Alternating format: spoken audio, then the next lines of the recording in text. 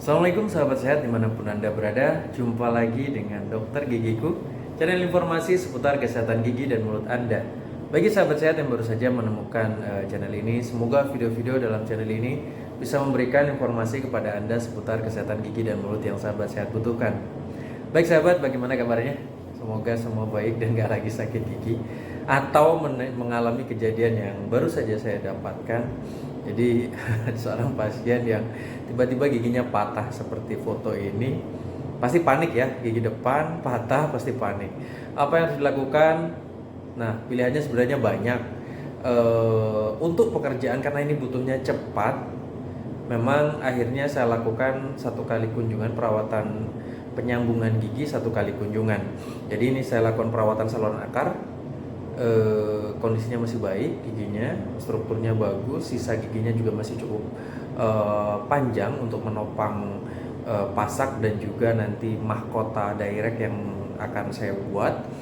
Jadi akhirnya dilakukan perawatan saluran akar. Setelah dilakukan perawatan saluran akar, terus kemudian dilakukan pengisian langsung sepertiga dari ujung akarnya, dan kemudian dikasih pasak dan dilakukan penambalan dengan resin komposit. Ini hasilnya.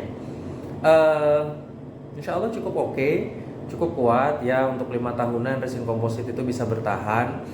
Nah, apabila misalkan sahabat memang menginginkan yang lebih bagus, bisa sebenarnya. Jadi ini lakukan nanti pasak tetap, dan restorasi akhirnya menggunakan keramik ya, bisa menggunakan crown keramik, indirect crown keramik.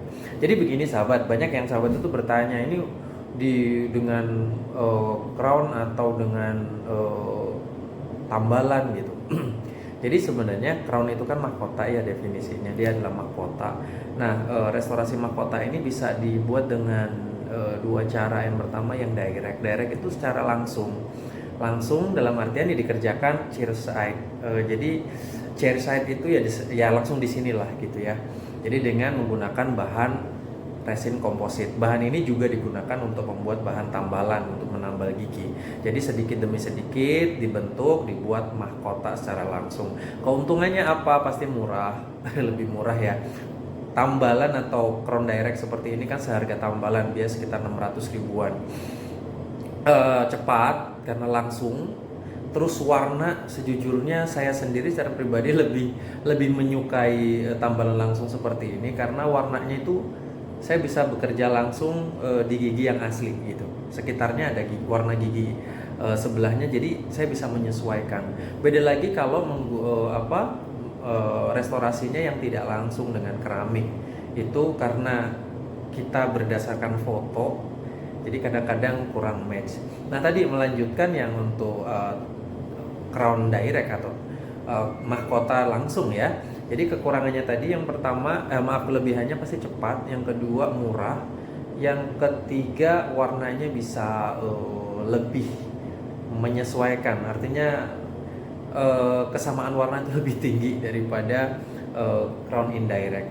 Nah, kekurangannya pasti stabilitas warna, karena ini resin komposit menyerap warna. Kalau kita nggak bener-bener halus mengerjakannya, pasti ini gampang terjadi perubahan warna. Tapi kalau kita benar-benar mengerjakan halus sekali, sehingga dia akan lebih stabil warnanya.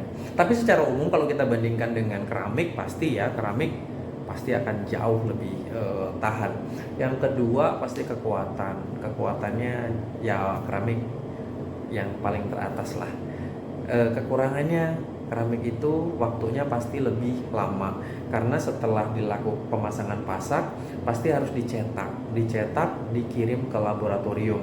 Itu butuh kunjungan lagi, kurang lebih biasanya 1-2 minggu, sehingga tidak bisa menggunakan restorasi lama. Meskipun kadang menggunakan mahkota sementara gitu ya, tapi ya harus bolak-balik. Yang kedua mahal. Jadi perbandingannya satu mahkota direct dengan komposit tadi dapat satu keramik, mahkota keramik dapat 5 mahkota direct. Jadi perbandingannya 1:5 harganya, kurang lebih 3 jutaan. Nah, setelah itu memang pilihan ada sama pasien.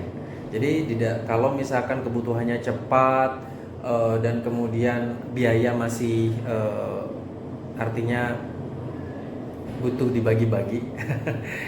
Ya sebaiknya sih menggunakan resin komposit ini sudah cukup baik dengan pengerjaan yang baik juga ya. Dengan kualitas pengerjaan baik, ini akan bertahan 5-6 tahunan insya Allah. Dan apalagi kalau kita kontrol setahun sekali, ini bisa lebih, bisa bertahan lebih lama. Demikian sahabat sehat yang bisa saya bagikan. Semoga informasi ini bermanfaat. Dijaga giginya, hati-hati. Ini sebenarnya giginya sudah tambalan, tapi nggak tahu kenapa tiba-tiba mungkin kena tekanan yang berlebihan, akhirnya tambalannya patah. Dan ya untung aja bisa kita lakukan perawatan saluran akar 1 kali kunjungan. Mungkin ada yang bertanya kok bisa 1 kali kunjungan? Ya dengan dengan peralatan yang memadai, dengan isolasi seperti rubber dam, terus kemudian peralatan-peralatan yang terkini, sebenarnya bisa dilakukan perawatan saluran akar 1 kali kunjungan untuk meminimalisir jumlah kunjungan. Pasti dengan waktu kunjungan minimal itu yang pasti antrean di kami juga nggak banyak. Yang kedua, panjenengan atau pasien sendiri waktunya tidak banyak terbuang harus ke dokter gigi. Demikian yang bisa saya bagikan. Semoga informasi ini bermanfaat. Sampai bertemu pada video-video berikutnya. Assalamualaikum warahmatullahi wabarakatuh.